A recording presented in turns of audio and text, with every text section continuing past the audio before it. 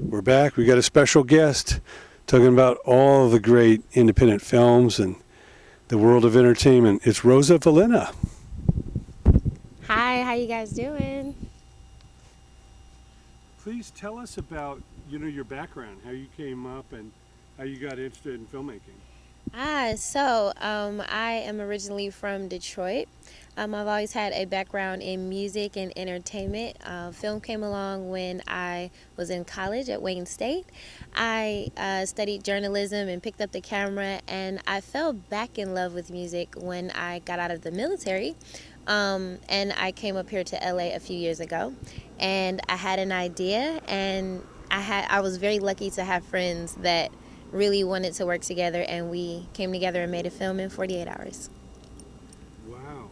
So what type of prep and pre-production did it take to be able to pull that off? Do you know? Okay, so originally this was for the 48-hour film festival, so we couldn't prep too much. We actually had to do the casting, the writing, the shooting, like everything the same day. I was even out getting props the morning of, So it was really crazy.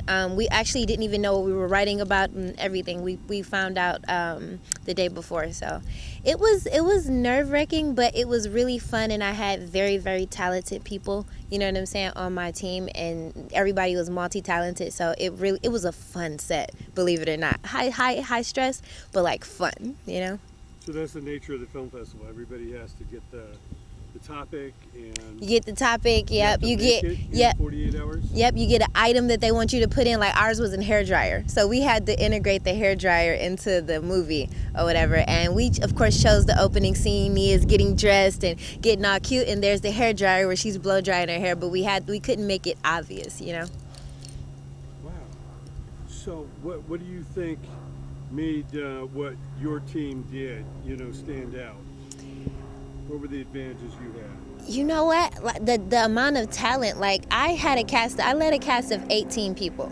So this was a very, very, very fun day. But I was fortunate enough to have friends at LA Film School, for instance, who had a music production background. People had red cameras because they took the film program. I had friends from my business school come in, like help me with the paperwork for admin. I had friends from my master, you know what I mean, like different programs come along and really work with me and help me out. And then on top of that, just everybody had a can-do, positive, great attitude, and everybody really wanted to see this movie do great, you know what I mean? So it was good.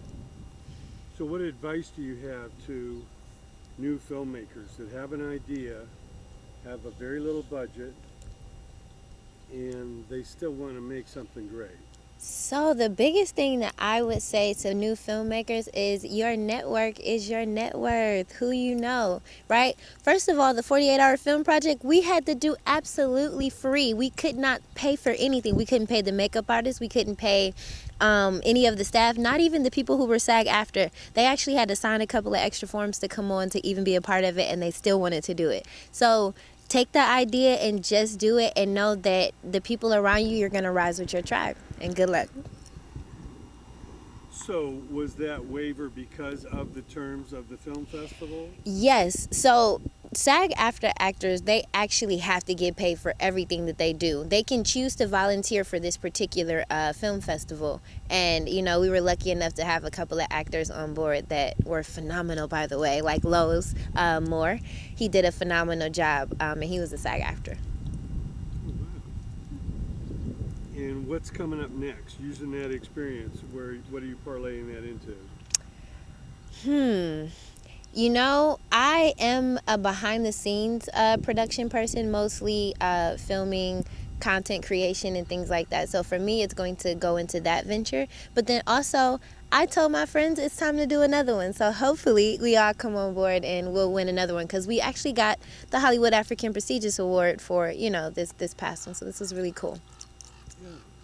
Well, with so many changes in the entertainment business these days, what do you think are some of the best new developments?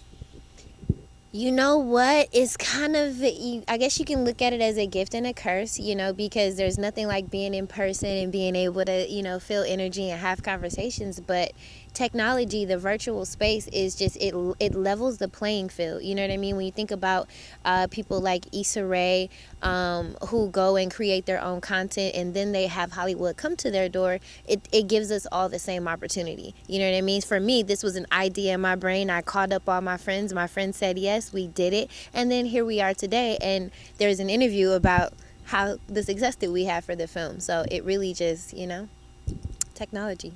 That's your best friend. Yeah, that's great. Well, I know as far as films go, seems to be, like you say, a gift and a curse, because the theaters are really having trouble these days. And as they come back, we'll see who's still in business. But there's more outlets than ever with Netflix and Amazon and Apple and things like that. And even when you think of like I'm an innovative person, so even if I saw a space like this and if there was some type of permit or permission, I would put a projector up. You know what I'm saying? $5, everybody come here, get some snacks, blah blah blah, boom, we got an outside social distancing theater. So it's many ways, you know what I'm saying, to make it happen. Like I would say, look at the glass is always half full instead of half empty. Yeah, absolutely. It didn't even have to be a traditional drive-in movie theater. You could just put up a screen and that's how we did. Or lay your blankets out. When we did our initial first screening, well, I think this was the second screening. We did it in the backyard, put the projector up, and let everybody come out that didn't make it to the first one that happened at LA Live. We had them come to the backyard, kick it. You know what I mean? And it was really cool. Fantastic. And I know you do publicity and marketing for artists too. I do. Is it all part of the same, creative mind? It's creation of content. So I am one of those. Yeah. So a little bit about me. I am a singer-songwriter. I content create. I'm in school for my master's degree for music business administration. Military veteran. Like I've lived a few lives, right? And how it all comes together is that now when I think about content that I create, for instance, I can now use my network to say, hey, please help me publicize this and get it to this outlet, etc. Then when it comes to my clients, I'm able to be, because I've experienced a lot of what they've gone through and have a little bit of, training, etc. I can now take what I've learned and put it right into their campaigns. So right now I have clients that are doing philanthropy work and things like that. Maybe if they're doing a book drive, I have them, or if they're bringing out a book, I have them doing a book drive or reading to students and stuff like that. So it all comes in handy. Yeah, it seems like there's really no rules. As long as it's legal and it can be done, it's multitasking, and basically as long as you're delivering what people want, it seems like anything goes. People always tell me you can't do both, and I think the biggest lesson that I've learned and where I am in my career is that I realized it was time to hire a team. It was time to, I just hired an assistant and hired a social media person because it was time to take my business to the next level. So, and that still allows me to be able to do things like this and, still be the creative and the artist as well as handle other people's, careers. Where can we find you online? My website first is Mega Into Vision. Again, that's Mega Into Vision, MEGAENTIVISION. Love it, right?